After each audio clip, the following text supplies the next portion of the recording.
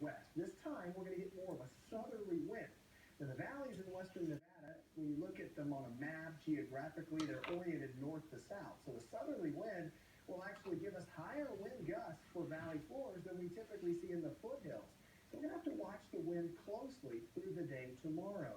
Fair weather advisory is up for the Sierra tomorrow. It'll go up at 9 a.m. and last until 10 p.m. That includes the Tahoe Basin. But this gold color, this is the high wind warning for the Sierra front, also going up at 9 Bless o'clock you. tomorrow morning. HT Futurecast brings a few light rain showers through the area overnight tonight.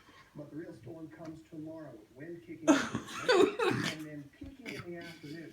For precipitation in the Sierra, we're looking at a time period. We'll start to see